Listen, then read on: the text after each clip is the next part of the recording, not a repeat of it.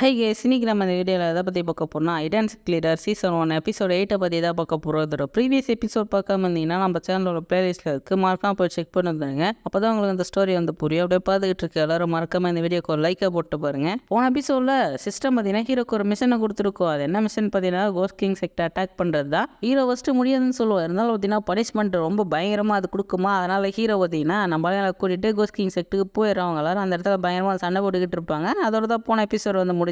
எபிசோடோட ஸ்டார்டிங்லேயே இவங்க எல்லாருமே அந்த கோஸ்ட் கிங் செக்டருடைய ஹெட் கூட பயங்கரமாக வந்து சண்டை போட்டுக்கிட்டு இருக்காங்க. இவங்க எல்லாரும் ஒன்றா சேர்ந்து அவனை பயங்கரமாக வந்து அட்டாக் பண்ணிக்கிட்டு இருக்காங்க. இவங்க எல்லாரும் என்னதான் ஒன்றா சேர்ந்து அட்டாக் பண்ணாலும் பயங்கர பவர்ஃபுல்லாக இருக்கா. அவங்க பண்ணுற அட்டாக்லாம் அசால்ட்டாக வந்து தடுத்துறான். இவங்களுமே அந்த இடத்துல பயங்கரமாக அடிச்சு பறக்கிட்டுக்கிட்டு இருக்கான். நம்ம ஆளுங்க எல்லாருமே அவன்கிட்ட பயங்கரமாக அடி வாங்கிக்கிட்டு இருக்கும் போது லின்னு மட்டும் போயிட்டு அட்டாக் பண்ணுறதுக்கு போவானா. லின்னை பார்த்தீங்கன்னா அவன் பிடிச்சி பயங்கரமாக அடிச்சு டேமேஜ் வந்து கொடுத்துட்றான். லின்னுக்கு சமாடி வந்துடுது. அதுக்கப்புறம் நம்ம ஆளுங்க எல்லாரும் திரும்ப போயிட்டு அவன் அட்டாக் பண்ணால் அவன் திரும்ப நம்ம ஆளுங்க மொத்த பேர் அடிச்சு பறக்க விட்டுறான். ஆக மொத்தத்தில் அந்த கோஸ்ட் கிங் செக்டர் ஹெட் பயங்கர பவர்ஃபுல்லாக இருக்கான். ஹீரோக்கு என்ன பண்ணுறதுனே தெரியல. ஹீரோ சிஸ்டத்துக்கிட்ட ஹெல்ப் கேட்குறான். சிஸ்டம் என்ன சொல்லுதுன்னா, நீங்கள் யாராவது இப்போ ஸ்டூடெண்ட்டாக தேர்ந்தெடுத்தீங்கன்னா உங்களுக்கு ஒரு ரிவார்டு கிடைக்கும். அந்த ரிவார்டு என்னன்னு பார்த்தீங்கன்னா ஒரு அட்டாக் தான். அந்த அட்டாக் யூஸ் பண்ணி யாராவது அட்டாக் பண்ணால் அவங்க அப்படியே ஒரே அட்டாக்கில் செத்து போயிடுவாங்க. ஹீரோவும் தேடி போக்குறான், யாரடா இப்போ நம்ம ஸ்டூடெண்ட்டாக வந்து தேர்ந்தெடுக்கிறது அப்படின்னு.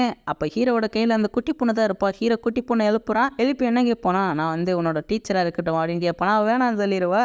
ஏன் வேணாம் சொல்லுன்னு ஹீரோ கேட்பானா. அந்த குட்டி பொண்ணு அவங்க அப்பா அம்மா இறந்து போனதெல்லாம் யோசிச்சு பார்த்துட்டு எங்க இருக்கிற அந்த மோசமான ஆளுங்க தான் அவங்களை கொண்டுட்டாங்க. அதனால நான் ஒரு பவர்ஃபுல்லான ஆளை தேடி கண்டுபிடிக்க போறேன். அவங்கள வச்சு எங்க அப்பா அம்மா கொண்டவங்கள பழி வாங்க போறேன் அப்படி சொல்றேன். நானும் பவர்ஃபுல்லான ஆள் தான் ஹீரோ சொல்லுவேன்னா. அப்போ கேட்குற அப்புறம் எதுக்கு நீங்க தப்பிச்சு ஓடிக்கிட்டு இருந்தீங்கன்னு. அப்போ ஹீரோ என்ன சொல்றேன்னா, நான் உனக்கு ப்ராமிஸ் பண்றேன் உங்க அப்பா அம்மா கொண்டவங்கள கண்டிப்பா நான் பழி வாங்குவேன் அப்படி சொல்றேன். ஹீரோ அந்த மாதிரிலாம் பேசி ஒரு வழியா அந்த குட்டி பொண்ணை ஒத்துக்கு வச்சிருவான். அந்த குட்டி பொண்ணு ஹீரோட ஸ்டூடெண்ட்டாக சேர்ந்துருமா. உடனே அவனுக்கு ரிவார்டு வந்து கிடச்சிரும். அந்த கோஸ்ட் கிங் செக்டரோட ஹெட் அந்த இடத்துல பயங்கரமாக கத்திக்கிட்டு இருப்பானா. நம்ம ஹீரோ பார்த்தீங்கன்னா ஒரே அட்டாக் தான் பண்ணுவான். சோரி அந்த இடத்துல முடிஞ்சிச்சு. அவனால அதை நம்ப முடியல. என்னது நான் சாக போடுறான் எப்படா அப்படி சொல்லிட்டு பார்த்தீங்கன்னா அந்த இடத்துல செத்து போயிடறான். நம்மளாம் ஏன்ச்சு சாக்கிறாங்க, என்ன அவன் செத்துட்டானா அப்படின்னு. அதுக்கப்புறம் அப்படியே அந்த புனலால ஆரம்பிச்சிடறான். எங்க அப்பா அம்மா கொண்டு நான் பழி வாங்கிட்டேன் அப்படின்னு. ஃபர்ஸ்ட் ஸ்டூடெண்ட் வேறு அந்த இடத்துல நம்ம அவனை அழிச்சிட்டோம் அப்படின்னு சொல்லிட்டு கத்திக்கிட்டு இருக்கும் போது ஹீரோ சொல்றான், டே இங்க ஒருத்தன் கூட அவனுக்கு ஈக்குவலாக சண்டை போடவே இல்லை. இவங்க எல்லாரும் இந்த இடத்துல பயங்கரமா அடி வாங்கினாங்க இல்லையா. அதுக்காக ஹீரோ பார்த்தீங்கன்னா உங்களுக்கு பனிஷ்மெண்ட் கொடுக்க போறதா சொல்லுவான். என்ன பனிஷ்மெண்ட் கொடுத்துருக்கானா, அந்த லைப்ரரியில் இருக்கிற புக்கெல்லாம் 3 நாளில் படிக்கணும் அப்படின்னு சொல்லிட்டு தான் வந்து பனிஷ்மெண்ட் கொடுத்துட்டான். அதுக்கப்புறம் இவங்க எல்லாருமே பார்த்தீங்கன்னா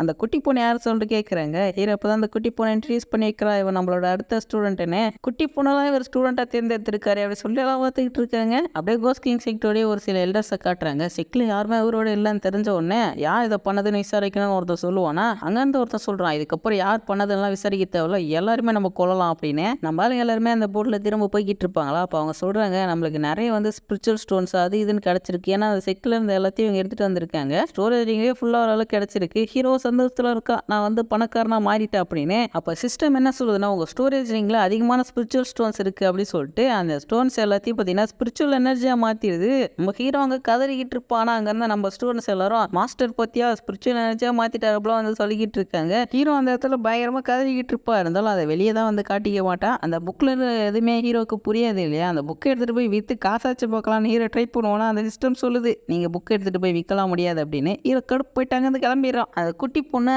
ஹீரோ போய் எழுப்பி டவுட் கேட்குறா. ஹீரோ என்ன சொல்கிறேன், நான் தூங்கிக்கிட்டு இருக்கல, என்கிட்டலாம் டவுட் கேட்காது அப்படி சொல்லுவான். இருந்தாலும் நான் உங்ககிட்ட தான் கேட்பேன் அவ சொல்கிறேன். சரி என்னது அதுன்னு சொல்லிட்டு ஹீரோ கேட்குறான். அவளும் பார்த்தீங்கன்னா அதை சொல்லுவாள். ஆனால் ஹீரோக்கு ஒன்றுமே புரியல, என்ன பண்ணுறதுனே ஹீரோக்கு தெரியல. அவள் பார்த்தீங்கன்னா நீங்கள் தான் எனக்கு இதை கிளியர் பண்ணி வைக்கணும் அப்படி சொல்கிறேன். அப்போ ஹீரோ சரி நீ மற்றதெல்லாம் படிச்சுட்டே அப்படி சொல்லி கேட்போனா. நான் படிச்சிட்டேன் அப்படி சொல்கிறேன். ஏமா குட்டி பொருளெல்லாம் போய் சொல்லக்கூடாதுமா அப்படி சொல்லி கேட்குறான். அவள் எல்லாத்தையும் படிச்சிட்டேன்னு சொல்லிட்டு எல்லா புக்கையும் காட்டுறேன். அவள் எல்லா புக்கையும் படிச்சிட்டான்னு சொன்னோடனே ஹீரோக்கெல்லாம் பயங்கர சாக்க போயிடுது. ஹீரோக்கு இப்போ என்ன பண்ணுறதுனே தெரியல. அப்போ ஹீரோ யோசிச்சு ஒரு பிளானை போட்டுறான். நான் உனக்கு கல்டிவேஷன் பண்ணுறதுக்கு புதுசாக டெக்னிக் சொல்லித்தரேன். அதாவது எந்த விஷயமா இருந்தாலும் நீயே தான் கற்றுக்கணும், நீயே தான் யோசிக்கணும், உன்னோட மூளை யூஸ் பண்ணு, நீயே போயிட்டு இதெல்லாம் வந்து தெரிஞ்சுக்க அப்படி சொல்லிடுறா. அது கேட்ட அவ்வளோ ஓகே மாஸ்டர் அப்படி சொல்லிட்டாங்க, வந்து கிளம்பிடுறா. அப்போ சிஸ்டம் பார்த்தீங்கன்னா ஹீரோக்கு ஒரு மெசேஜ் சொல்லுது. அதாவது உங்கள் செக்டுக்கு புதுசாக ஒரு எல்டர் கிடைக்க போறாரு அப்படின்னு. அதாவது ஹீரோக்கு ஒரு எல்டர் கிடைக்க போறாரு. அடுத்த சீன்லேயே அந்த எல்டர் தான் காட்டுறாங்க. அவர் நம்ம செக்ட் இருக்கிற பக்கம் தான் வருவார். ஆனால் செக்டை சுற்றி பேரியர் இருக்கிறதால அவரால் உள்ளே வர முடியல. அப்போ ஹீரோ பார்த்தீங்கன்னா அந்த செக்டை சுற்றி அந்த பேரியர் வந்து ரிமூவ் பண்ணிடுவோம். அது ரிமூவ் ஆனதுக்கப்புறம் அவர் நம்ம செக்டுக்குள்ளே வந்துடுவார். அவர் அந்த இடத்துக்குள்ளே வந்து பார்த்தீங்கன்னா நம்ம ஸ்டூடெண்ட்ஸ் எல்லாரும் ஒளிஞ்சு நின்று பார்த்துக்கிட்டு இருக்காரு. பரவாயில்லையே இவங்க எல்லாரும் நல்லா பவர்ஃபுல்லான ஸ்டூடெண்ட்டாக இருக்காங்க அப்படின்னு. அப்போ அவர் ஹீரோவை பார்த்துட்டு இவர் தான் அந்த செக்டோட லீடரா, எனக்கு தெரிஞ்ச ஒரு நல்லா பவர்ஃபுல்லாக தான் இருப்பார் அப்படி சொல்லிட்டு யோசிச்சுக்கிட்டு இருப்பாரு. அப்போ நம்மளால எல்லாம் புக்கெல்லாம் படிச்சாங்க இல்லையா. அவங்க அதுக்கப்புறம் டவுட்லாம் ஹீரோட்ட கேட்குறாங்க. நம்ம ஹீரோ வழக்கம் போல வாய்க்கு வந்தது எல்லாத்தையும் அடிச்சு விட ஆரம்பிச்சாரான். நம்ம ஹீரோ சொல்கிற பதிலாக பார்த்தீங்கன்னா ரொம்ப வித்தியாசமாக இருக்கும். அதை அந்த எல்டருக்கு ஒளிஞ்சு நின்று பார்த்துக்கிட்டு இருப்பார் இல்லையா. என்னடா இவர் இந்த மாதிரி பதில் சொல்கிறாரே சொல்லிட்டு சொல்லிட்டு வந்து பார்க்குறாரு. அப்படியே ஒருத்தர் வந்து கேள்வியெல்லாம் கேட்குறாங்க. நம்ம ஹீரோ எல்லாத்துக்கும் தப்பு வந்து பதில் சொல்லிக்கிட்டு இருப்பா. அதை பார்த்து அந்த எல்டர் இவன் எப்படா இவங்களுக்கெல்லாம் மாஸ்டரா மாறலாம் அப்படின்னு சொல்லிட்டு யோசிக்க ஆரம்பிச்சிடறாரு. அவங்க கேட்குற எல்லா கேள்விக்கும் ஹீரோ இதே ஒன்றத்தை அடிச்சு விட்டுக்கிட்டு இருப்பான். அதுலேயும் இந்த ஃபர்ஸ்ட் ஸ்டூடெண்ட் இருக்கான் பாருங்க, அவன் சும்மா ஹீரோ கிட்ட கேள்வி கேட்டுக்கிட்டே இருப்பான். ஹீரோ சொல்றானே கேள்வி கேட்கறத விட்டுட்டு போயிட்டு ஒழுங்கா ப்ராக்டிஸ் பண்றானே. அதுக்கப்புறம் ஹீரோ அவனுக்கு பனிஷ்மெண்ட்டுமே கொடுத்துருவான் கேள்வி கேட்டதுக்காக. அந்த எல்டர் பார்த்தீங்கன்னா ஹீரோ பண்றதெல்லாம் பார்த்து பயங்கரமா வந்து கடுப்பாயிறாரு. அந்த பச்சை ட்ரெஸ் போட்ட பொண்ணு இருக்கா இல்லையா, அவ பார்த்தீங்கன்னா ஒரு கேள்வி கேட்பா. ஆனா அந்த கேள்விக்கு அவளை கரெக்டாக வந்து பதில் சொல்லிடுவா. ஆனா ஹீரோ என்ன சொல்லுவான், நீ சொன்ன பதில் தப்பு, இப்பப்பா நான் சொல்றேன் அப்படின்னு தப்பு சொல்லிக்கிட்டு இருக்கேன். இதெல்லாம் அந்த எல்டர் பார்த்தீங்கன்னா பயங்கரமா கடுப்பாயிறாரு. நம்ம ஹீரோ அட்டாக் பண்ணதுக்கே போவாரா. அப்ப அந்த இடத்துக்கு பார்த்தீங்கன்னா அந்த கோஸ்ட் கிங் செக்டர் சேர்ந்து அந்த 3 எல்டர் வந்துடுறானுங்க.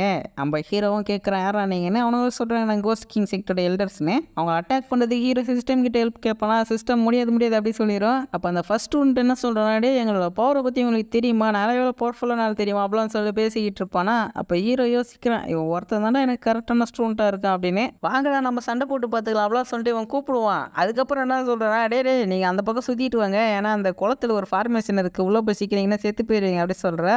இப்போதான் ஹீரோக்கு ஒரு டவுட் வருது, ஆமா இவன் நம்ம சிக்டாலா இல்லை அவனுக்கு சிக்டாலா, எதுக்குடா அவனுக்கு இந்த தகவலை கொடுத்துக்கிட்டு இருக்கா அப்படின்னு. அந்த 3 பேர் இந்த இடத்துக்கு வந்து அட்டாக் பண்ணுறதுக்கு பயங்கரமான ஃபார்மேஷன் எல்லாம் வந்து போட்டுறாருங்க. ஹீரோக்கு என்ன பண்ணுறதுனே தெரியல. டக்குன்னு ஹீரோ பார்த்தீங்கன்னா அவனோட பெட் எடுத்துகிட்டு வந்துடுறான். அதை யூஸ் பண்ணி அவனை காலி பண்ணிடுறான். அப்படியே நம்ம ஸ்டூடெண்ட்ஸ்லாம் பாராட்டுறாங்க, வேற லெவல் மாஸ்டர் நீங்கள் அப்படின்னு. அப்போ அந்த எல்டர் பார்த்தீங்கன்னா ஹீரோவை பார்த்து இப்போ தான் கொஞ்சம் இம்ப்ரெஸ் ஆகுறாரு. பரவாயில்ல, நான் நினச்ச மாதிரி ஒரு பவர்ஃபுல்லாக இருக்காரு அப்படின்னு சொல்லிட்டு ஹீரோ கிட்ட பேசலான்னு வராரு. அப்போ அந்த எல்டரோட கால் தடுக்கி ஸ்ட்ரெயிட்டாக ஹீரோட காலிலே வந்து விழுந்துறாரு. அப்படியே நம்ம ஸ்டூடெண்ட்ஸ்லாம் யாரும் இது காலில் வந்து விழுந்தது அப்படின்னு சொல்லிட்டு பார்த்துக்கிட்டு இருக்காங்க.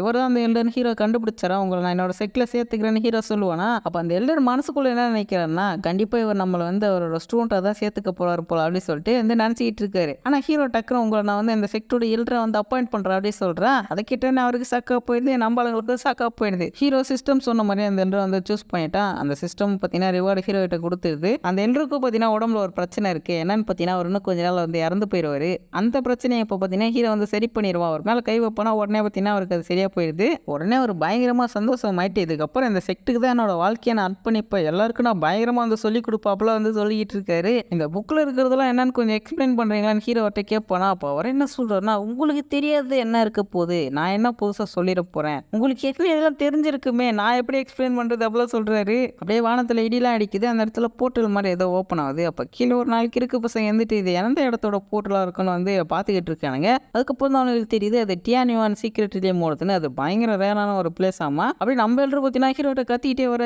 டியானியான் சீக்ரெட்லேயே வந்து ஓப்பன் ஆயிருக்கு அப்படின்னு. அந்த இடத்துக்குள்ளே போகணுன்னா காம்படிஷனில் வந்து கலந்துக்கணுமா. அந்த காம்படிஷனில் பவர்ஃபுல்லான 500 பேரை தான் அந்த இடத்துக்குள்ள வந்து கூட்டிகிட்டு போவாங்களாம். அப்போலாம் வந்து சொல்லிக்கிட்டு இருக்காரு. பார்த்துக்கிட்டு இருக்க எல்லாருமே இந்த வீடியோக்கு ஒரு லைக்கை தட்டி விட்டுருங்க. நீங்கள் இப்போ தான் நம்ம சேனலுக்கு ஃபஸ்ட் டைம் வந்திருக்கீங்கன்னா நம்ம சேனல் பிடிச்சிருச்சுன்னா மறக்காம சப்ஸ்கிரைப் பண்ணி வச்சுக்கங்க. அப்படியே பக்கத்தில் இருக்கிற பெல் ஐக்கான் நோட்டிஃபிகேஷனுமே கொஞ்சம் ஆளில் போட்டு வச்சுக்கங்க. ஏன்னா அப்போ தான் போகிற எல்லா வீடியோமே உங்களுக்கு ஆன் டைம் நோட்டிஃபிகேஷனாக காட்டும். தேங்க்ஸ் ஃபார் வாட்சிங். பை கைஸ், நெக்ஸ்ட் எபிசோடில் மீட் பண்ணலாம்.